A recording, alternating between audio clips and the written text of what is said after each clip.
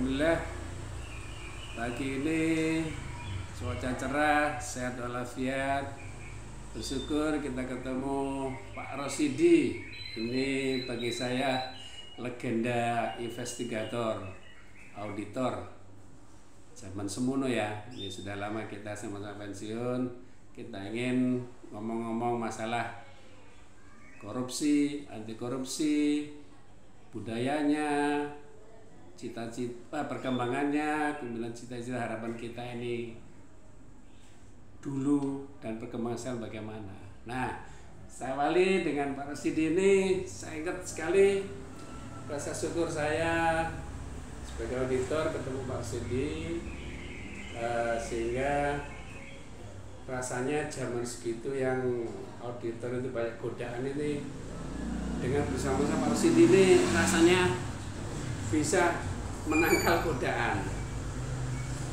Jadi dari awal saya melihat Pak Rosidi betul-betul eksis ya di zaman segitu yang penuh godaan bagi seorang auditor, entahkah itu upaya suap, entah merubah sebuah materi masalah, entah macam-macam lah godaan itu. Ini kita perlu ngobrol-ngobrol santai dengan Pak Rosidi. Bagaimana cerita dulu itu di awal ketika kelompok auditor ini istilahnya mudah sekali tergoda dengan hal-hal ya sebenarnya ya melanggar aturan tugasnya ya. Tapi Pak Rosidi dari awal sudah bisa kuat bahwa tidak akan masuk ke atau menerima kode-kode itu. Moga Pak Rosidi gimana? Iya. Syukur alhamdulillah ya, kami panjatkan kehadirat Allah Subhanahu wa taala. Karena pada hari ini kita bisa bertemu, kita bisa berbagi mengenai apa dan bagaimana mengenai perilaku korupsi dan segala aspek yang terkaitnya, terutama di lingkungan kepegawaian pemerintah atau PNS, pegawai negeri ketika itu.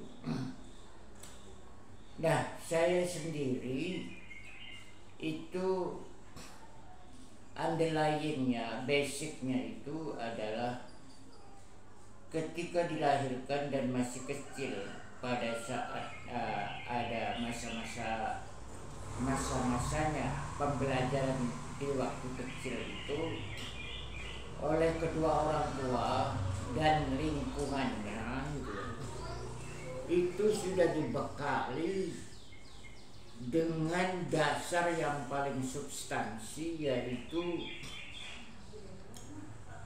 terkait dengan hak dan kewajibannya.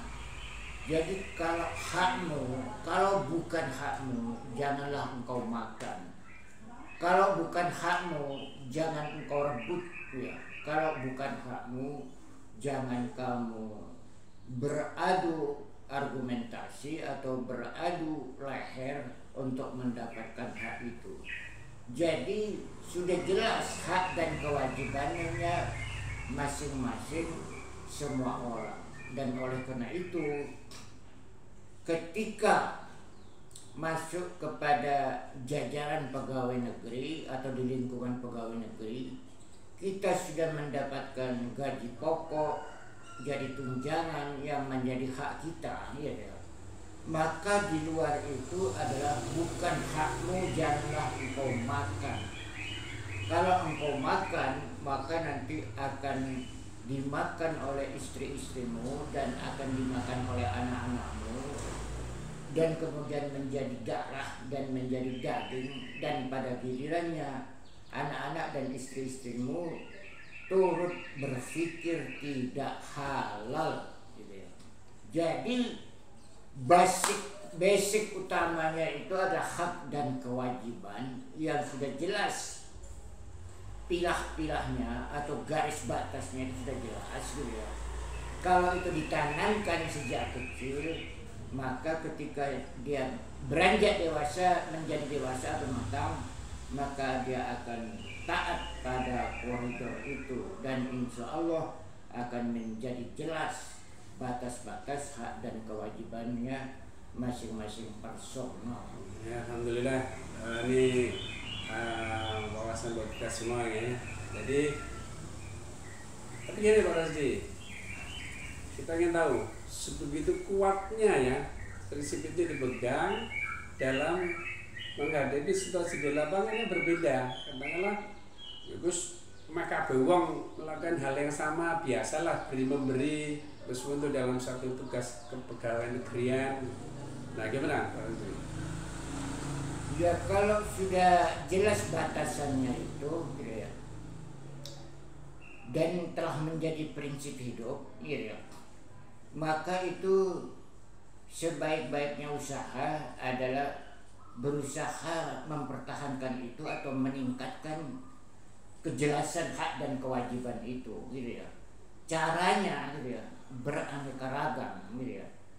Bisa kita itu misalnya kalau dalam situasi yang sudah menjadi umum tapi padahal itu tidak jelas dan bukan haknya, maka itu relatif sulit ya untuk mengatasi itu, kecuali harus mengoreksi diri sendiri dulu gitu ya. Mengoreksi diri sendiri, saya tidak akan menerima pemberian yang di luar, yang tidak menjadi hak saya gitu ya.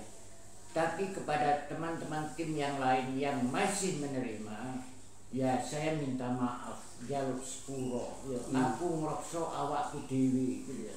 Saya bukan pahlawan dan saya juga bukan orang yang mau menjadi hero, tapi mengoreksi diri sendiri. Saya tidak akan menerima itu, dan saya tidak otomatis selemah-lemahnya iman tidak melarang Anda untuk menerima yang bukan haknya itu posisinya. Ya. Jadi satu sisi yang utama tentu diri sendiri Pak Rasdi ya. Iya. Sedangkan untuk mengajak minimal dimulai dari diri sendiri itu menjadi sebuah contoh. Ya. Tapi kemudian juga menyampaikan bahwa tadi ungkapan terima kasih mohon maaf tidak bisa melakukan perbuatan yang sifatnya harus bareng-bareng karena sebuah prinsip dipegang. Nah, Pak Rasdi, kadang ada kejadian begini. Gimana? Pada saat awalnya kami masih menjadi anggota tim, itu tidak terlalu ribet ya. Tapi pada saat saya menjadi ketua tim gitu ya, akhirnya saya tidak menerima itu ya, berimpact kepada seluruh anggota tim tidak menerima, kan begitu ya. Tapi ada yang menarik begini, tolong duitku itu mintaan sama Pak Rusidi dari objek yang tadi itu. Ya Allah, tolong itu Pak, mintakan sama Pak Rusidi karena Pak Rusidi yang nggak menerima dan duit saya Pak Rusidi. Itu kan sedih ya. Sampai ada peristiwa seperti itu. Nah, Pak Rasdi, itu yang kelihatan bahwa kultur begitu kuatnya, soalnya itu menjadi sebuah haknya kan gitu kan. Bahkan jelas-jelas nggak ada kok malah dia menuntut haknya gitu. Seperti haknya gitu. Nah, tapi Pak Rasdi, apapun hal seperti itu,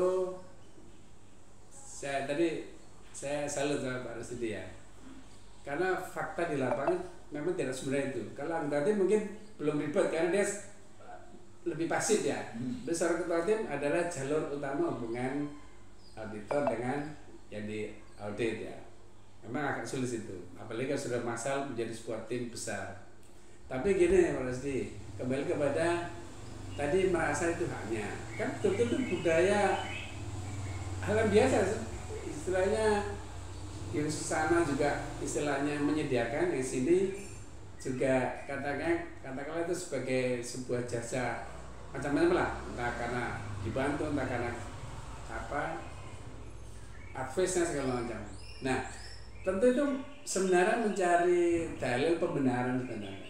Nah, menurut Pak Rasdi gimana? Ini kadang orang memang mencari dalil untuk membenarkan suatu peristiwa sebenarnya itu nggak benar. Iya.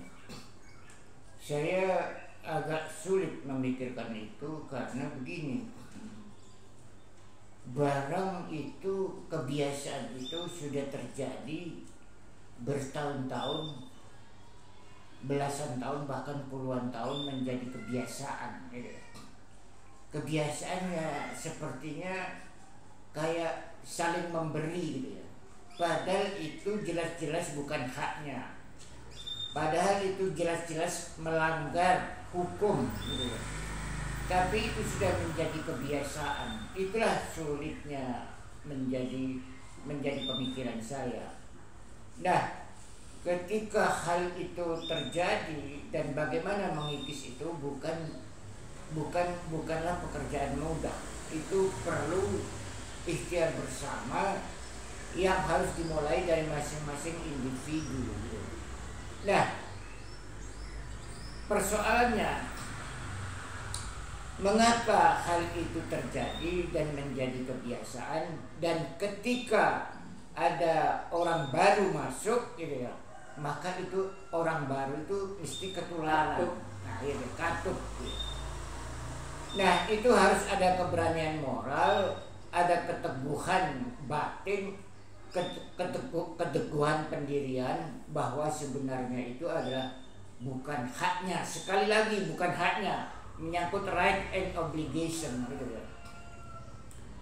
Nah, tadi pertanyaan substansinya apa?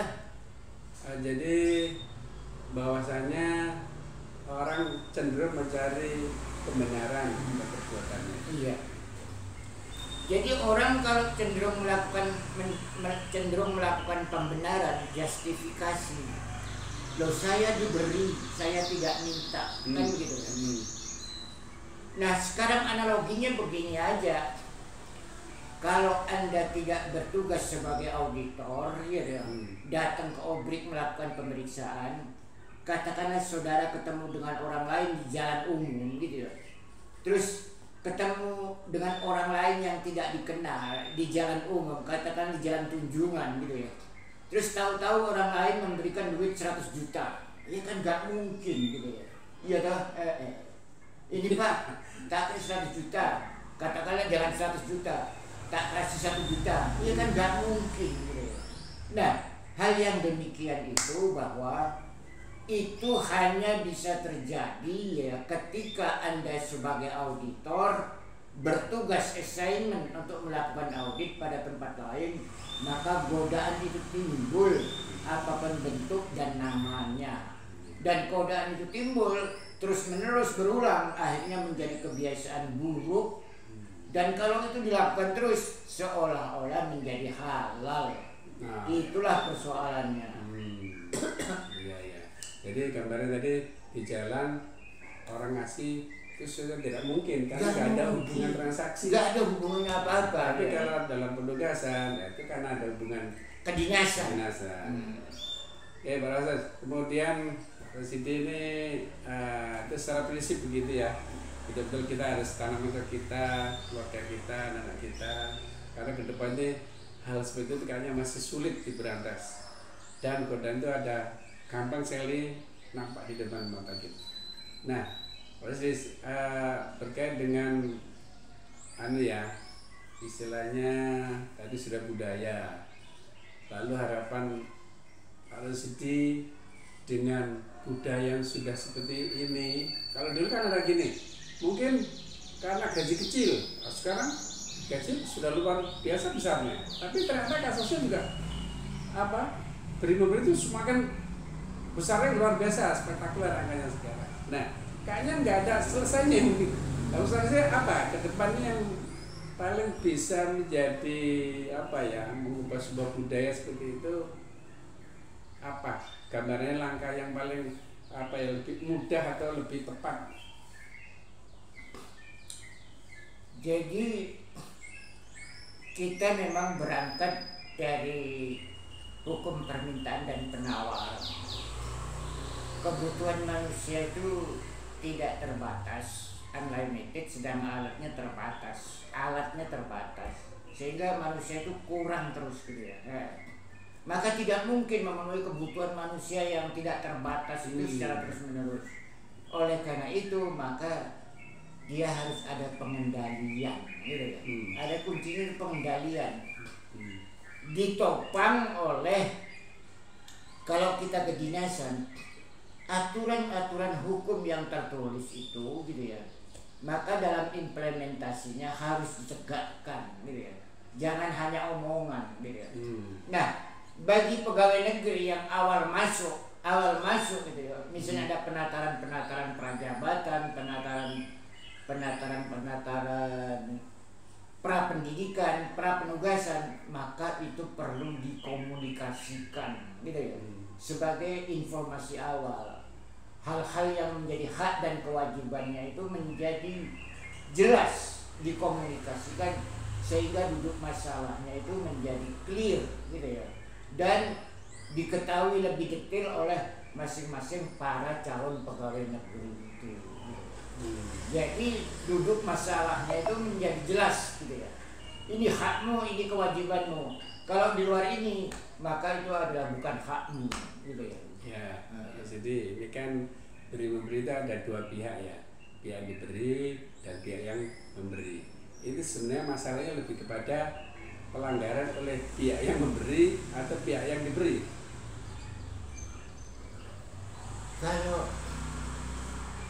Kalau pemberian dan yang menerima pemberian itu istilahnya itu apa ya? Kedua-duanya itu sama, gitu. Kedua-duanya itu sama. Dalam bahasa Jawanya itu ya tumbuh ketemu tutupi, gitu ya. Kalau dia digoda diberi itu, gitu ya, maka dia menerima, ya sebetulnya sama, gitu ya. Maka kedua-duanya itu, yang memberi tidak punya hak tidak punya kewajiban untuk memberi, sedangkan yang menerima tidak punya hak menerima. Karena di luar itunya, gitu ya. Maka istilahnya itu kalau dari segi hukum agama, tasi wal muktasi finnar. Yang memberi maupun yang menerima yang bukan haknya, maka kedua-duanya itu adalah ancamannya adalah neraka. Kalau jadi saya tadi membawa ke sana itu, kadang kita ingin mengindikasi bagaimana sebenarnya tepatnya sikap seorang pemberi dan sikap seorang penerima. Begini, kadang bisa jadi penerima itu ada yang pasif.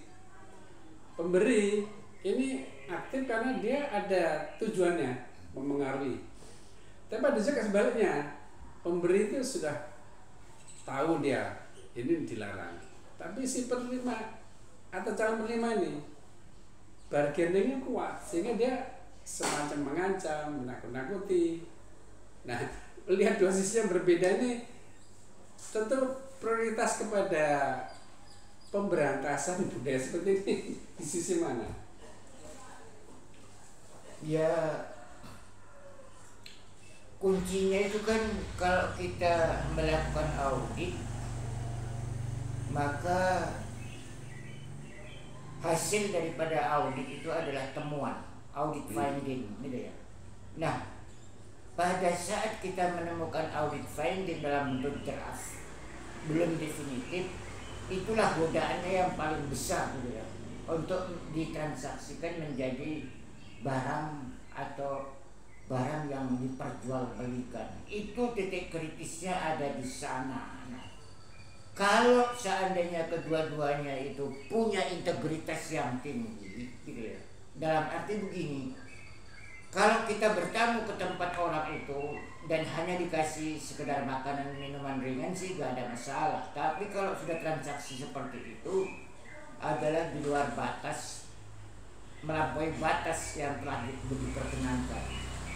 Nah, kalau seandainya itu terjadi, kalau si pemberi sudah diam dan si yang akan menerima itu yang lebih aktif, ya. Nah, biasanya itu sudah menjadi kebiasaan, ya, yang melekat pada personal itu, sehingga kemauan untuk memperjualbelikan itu begitu tinggi, gitu ya. Nah, kemauan yang begitu tinggi untuk memperjualbelikan itu didorong oleh faktor-faktor lingkungannya. Padahal kalau dia itu mau normal-normal saja, tidak perlu begitu, bisa cukup, kan begitu persoalannya. Nah, kalau itu terus berlangsung, setiap kita mendapat penugasan ke tempat yang satu dan ke tempat yang lain, juga pikirannya akan rusak gitu. Akan selalu bertransaksi, akan diperjualbelikan untuk mendapatkan keuntungan yang di luar haknya itu. Terus dia akan begitu dan godaannya akan meningkat. Iya. Ya suatu waktu bisa tergincir dia sendiri. Masya Allah. Nih, sebentar. Ini Pak Sri geser sedikit tadi, biar videonya lebih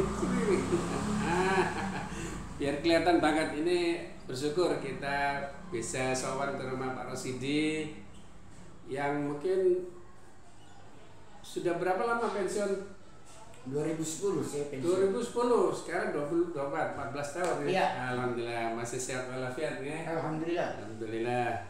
Jadi masih kita merefresh masa lalu, masih seger. Jadi pasti karena ya apa yang diucapkan yang dilakukan kan gitu. Oke, Pak Rashid, berikutnya ini saya memang pernah merasakan gini. Saya pernah sebagai pegawai negeri. Dulu kesan saya itu kalau kasus seperti itu, ini yang salah ini memberi ya. Tapi suatu saat saya juga pernah jadi pejabat di swasta. Dan juga saya melihatnya, oh ini yang salah pegawai negeri kalau posisi beli memberi. Karena apa? Kadang posisi kata ini yang saya ceritakan yang pejabat di swasta ya, merasa khawatir dipersulit. Nah, tapi apapun lah, tadi udah jelas siapapun dalam pemimpin itu harusnya salah, tinggal harusnya saling menguatkan. Nah, bahasa tadi komitmen, kita ini kan sering di awal bekerja, di awal punya jabatan itu selalu ada fakta integritas, tapi kok seolah-olah orang enteng sekali menyatakan itu, taken itu, tapi sepertinya mereka nggak bisa memahami di lapangan itu sebenarnya itu harus diterapkan, atau memang dia sudah kalah dengan budayanya ini. Karena saya rasakan sampai sekarang ini yang namanya lelang yang sudah luar biasa, apa Pak istilah e-procurement itu kami anggap sebagai alat yang betul-betul mencegah perubahan. Tapi keluhan teman-teman yang kontraktor itu ternyata masih banyak sekali kemudahan untuk terjadi transaksi itu. Nah, apa mana ya? Apa mana yang bisa dilakukan gitu ya? Iya. Di tengah kerumitan itu. Ya, kalau kita hidup bernegara gitu ya, kata kuncinya itu law enforcement, penegakan hukum. Aturan yang tertulis itu harus diimplementasikan dalam penyelenggaraannya. Jangan hanya menjadi jargon. Harus ada alat untuk menegakkan itu, apapun bentuk dan kecilnya persoalannya. Nah, kalau setiap proses perizinan atau proses tender atau proses apapun, kalau aturannya sudah jelas, terpampang, kalau misalnya perizinan itu terpampang prosedurnya di loket, ya, maka sebetulnya itu mempermudah proses penyelesaian karena persyaratannya harus diketahui. Nah, kalau seandainya dalam proses tender, ya, maka proses tender itu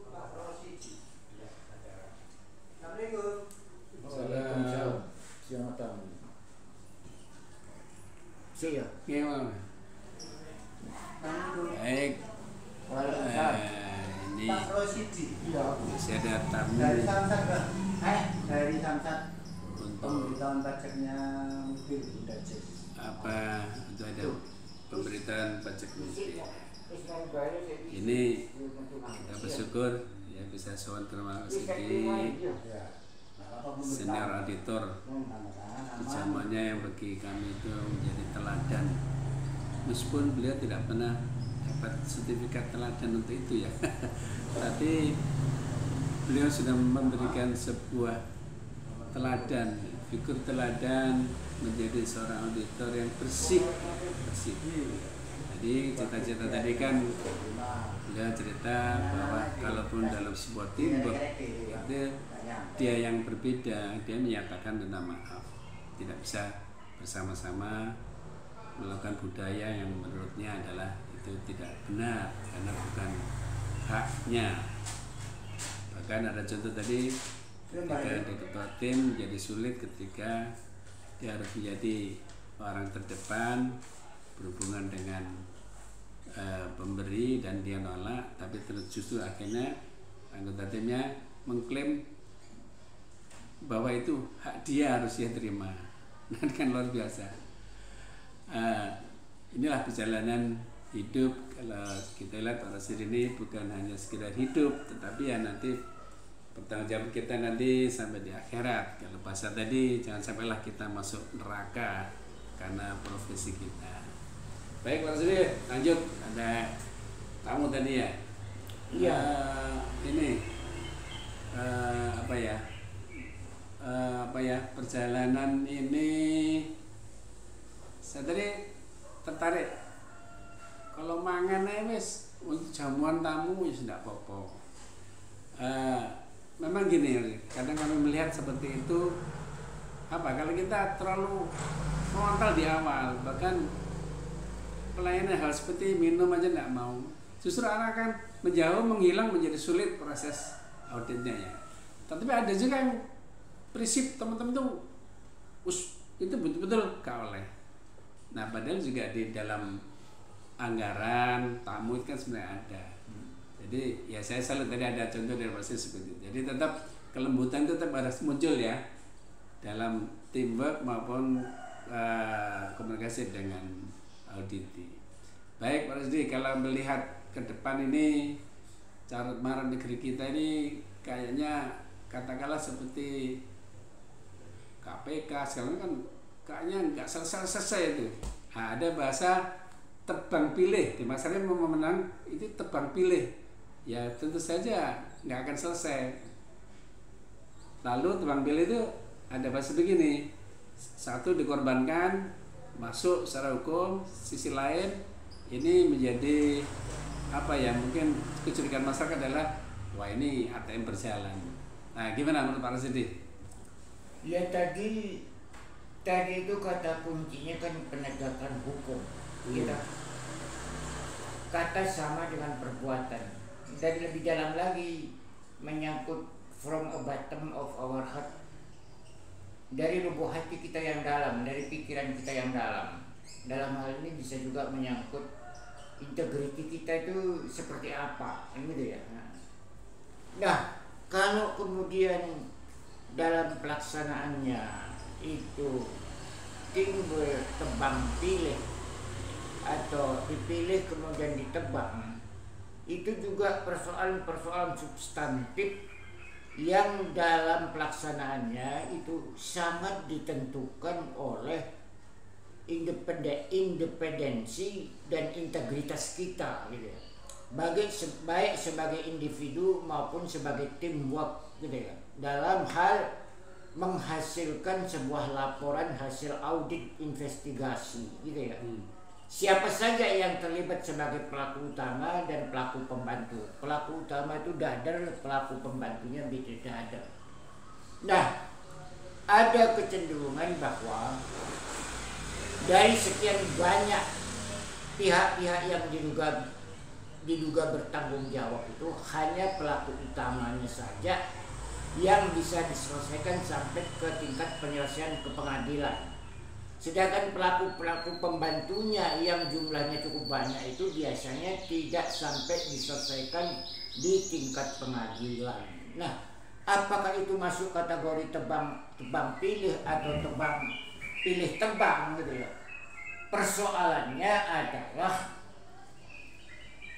dari sisi auditor, bukti-bukti yang sudah dikumpulkan itu ya, evidence yang sudah dikumpulkan itu sudah dianggap relatif cukup dan kompeten. Tetapi karena ranahnya itu sudah beralih kepada ranah penegakan hukum, yaitu penyelidikan penyidikan, penuntutan dan peradilan, ya, maka itu menjadi pertimbangan pihak aparat penegak hukum, apakah alat buktinya cukup atau tidak, atau masihkah dilakukan pencarian penambahan bukti. Nah, itu sebetulnya bukan masalah tebang pilih atau tidak, tapi menyangkut profesional judgment dari aparat penegak hukum, apakah bukti yang telah diperoleh dikumpulkan itu atau yang ditransfer dari auditor sudah cukup atau tidak. Nah, itulah yang menjadi persoalan sekarang. Di samping itu tentu saja ada faktor subjektif masing-masing aparat penegak hukum yang kita tidak bisa intervensi masalah itu. Nah, itu persoalan-persoalan. Karena apa? Untuk menyelesaikan pelaku utama, katakanlah 1 atau 2 orang, sampai ke pengadilan, sampai keputusan pengadilan dalam arti pengadilan negeri, itu saja butuh waktu bertahun-tahun. Apalagi menyelesaikan sekian banyak pihak-pihak yang diduga bertanggung jawab, yang dalam variabel alat buktinya itu masih perlu diperdebatkan. Itulah persoalannya. Terus ini saya tertarik dengan bertahun-tahun. Jadi saya bayangkan bertahun-tahun itu bisa lupa, bisa menjadi tertutup urusan lain, bisa juga menjadi lemah greget kita di sana. Nah, ini bicara apa memang hal demikian tidak bisa. Harus di ranah investigasi sampai hukum ini, sampai peradilan ini, ya sudah dibuat tahapan-tahapan yang pendek. Kalau dibuat tahapan-tahapan yang pendek, kalau seandainya hanya ada di wilayah auditor saja bisa, atau kalau hanya ada di wilayah kejaksaan aja mungkin bisa. Tapi ini saling interdependensi, gitu, antara laporan, alat bukti, ada proses wilayah, kewenangan dan lain sebagainya. Gitu. Inilah yang membuat adanya ketidakpastian yang cukup panjang. Nah, di masyarakat itu akhirnya. Yang cukup panjang, sehingga kadang-kadang bisa lupa, bisa sengaja melupakan, gitu. Bisa sengaja itu diabaikan. Nah, ini menjadi persoalan-persoalan pelik, menjadi turunan yang menjadi penyebab ke bawahnya itu. Iya betul Pak Res, terutama kami selalu ingat zaman-zaman dulu itu ketika sebuah kasus mencuat, wah mass media itu luar biasa hari itu, seminggu itu full, wah. Makin lama makin hilang, redup, hilang. Seorang peliput berita saja jenuh akhirnya kan. Nah, seperti cari berita baru. Ada bahasa kalau ada berita baru nanti, wah ini untuk nonton yang kemarin. Iya. Aku cara masak selalu begitu. Oke, para jadi ada banyak yang perlu kita bahas. Mungkin ada waktu lagi nanti. Nah, ini untuk kali ini mungkin ada closing word, nasihat, pesan dari ini. Apapun Pak Sidi sudah menjadi bagian dari perjalanan hingar-bingarnya audit, terutama audit khusus atau investigasi, dan sampai beberapa kali mengalami hadir di persidangan sebagai saksi ahli. Enggak Pak Sidi? Ya, closing statement. Nah.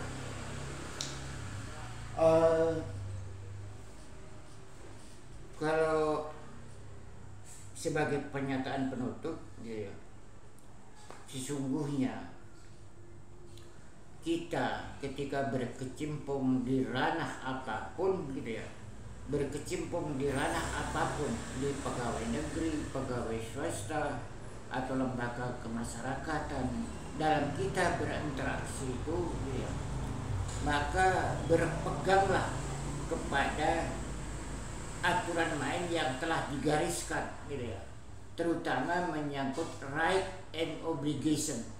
Apa saja hak-hak dan kewajiban kita yang sudah ditetapkan oleh kelembagaan itu, gitu ya. Nah, khususnya dalam kaitannya hak-hak dan kewajiban di bidang keuangan, itu biasanya juga sudah digariskan dengan cukup jelas. Maka dalam hal ini pedomannya gitu ya, janganlah engkau makan dan engkau minum sesuatu yang bukan hakmu gitu ya. Dan ketika itu sesuatu yang bukan hakmu engkau makan, engkau minum gitu ya, maka pada gilirannya akan menjadi darah, dimakan oleh anak-anak dan istrimu, dimakan oleh keluargamu, akan menjadi darah dan menjadi daging. Dan pada gilirannya anak-anakmu, istrimu akan turut berpikir dengan tidak halal ya. Oleh karena itu hindarilah yang demikian. Dan ketika Anda sudah menghindari hal yang demikian, tetap taat pada peraturan yang berlaku, maka Allah akan memberikan rezeki dari arah yang tidak diduga.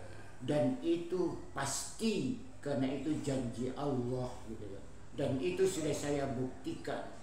Percayalah bahwa hal yang demikian itu janji Allah pasti datang.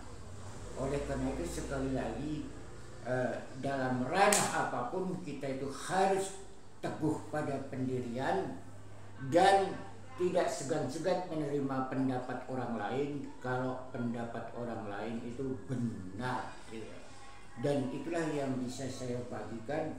Mudah-mudahan bisa bermanfaat terutama untuk diri saya sendiri sebagai koreksi. Terima kasih. Amin. Terima kasih Pak Aziz. Selalu sehat walafiat ya. Alhamdulillah. Demikian pesan obrolan kita kali ini. Nanti insya Allah ada waktu kita lebih dalam lagi bicara dan lebih luas yang seputar bagaimana sih pemberantasan korupsi yang sudah menjadi bagian dari budaya kita. Baik, terima kasih. Alhamdulillah.